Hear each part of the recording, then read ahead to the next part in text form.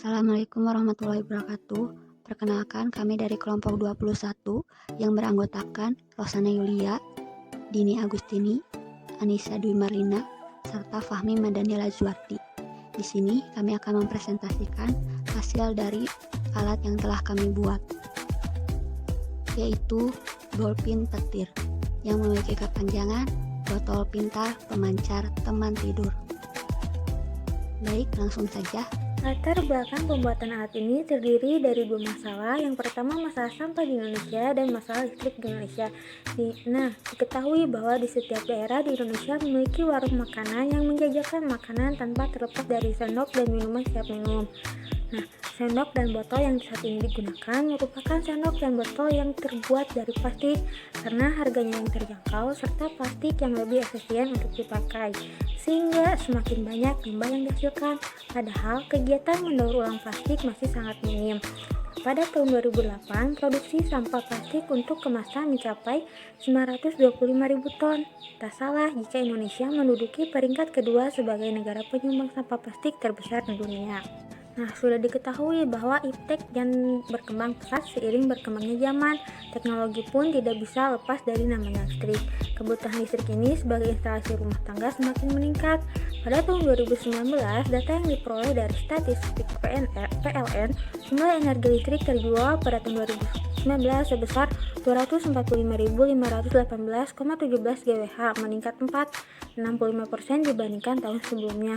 Padahal energi listrik tersebut jika tidak digunakan secara efektif akan menimbulkan krisis energi. Berdasarkan dua masalah tersebut, yaitu masalah sampah yang selalu dihasilkan setiap harinya dan sepanjang tahunnya, serta masalah listrik yang senantiasa naik jumlah energi listrik yang terjual pada kelompok pelanggan rumah tangga, maka kami berinovasi membuat bolpin petir atau botol pintar pemancar teman tidur, di mana bolpin petir ini merupakan lampu tidur otomatis yang berbahan dasar sendok dan botol plastik bekas, sehingga ramah lingkungan dan hemat energi.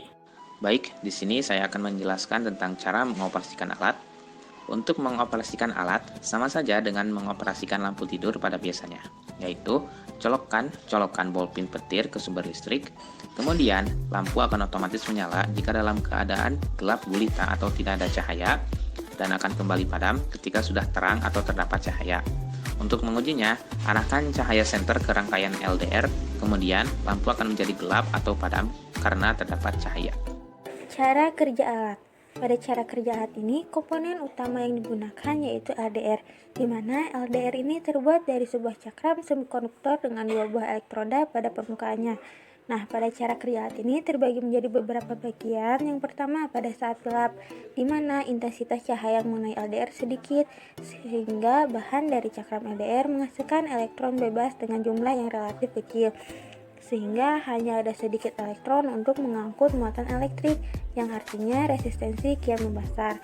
Alhasil, arus listrik yang mengalir ke ECR mengalami penguatan daya yang menyebabkan lampu menyala. Selanjutnya pada saat terang, di mana intensitas cahaya mengenai LDR banyak, sehingga bahan dari cakram LDR menghasilkan elektron bebas dengan jumlah yang relatif banyak. Kemudian banyak elektron untuk mengangkut muatan elektrik, yang artinya resistensi kian mengecil, maka arus listrik yang mengalir memiliki resistensi yang kecil, bahkan lebih kecil dari dua resistor yang dipasang secara seri. Alhasil arus listrik itu pun tidak sampai ke LDR karena terhambat oleh resistor. Maka dari itu arus listrik tidak sampai ke lampu, yang membuat lampu akan padam. Kelebihan alat yang kita buat. Yang pertama, tagihan listrik dapat dikontrol sehingga efektif dan efisien. Kemudian yang kedua, mudah digunakan sesuai dengan cara kerjanya yang otomatis serta ramah lingkungan. Yang ketiga, tidak memerlukan peralatan khusus karena terbuat dari komponen sederhana. Yang keempat, menghemat energi karena tidak ada pemborosan listrik saat lupa memadamkan lampu.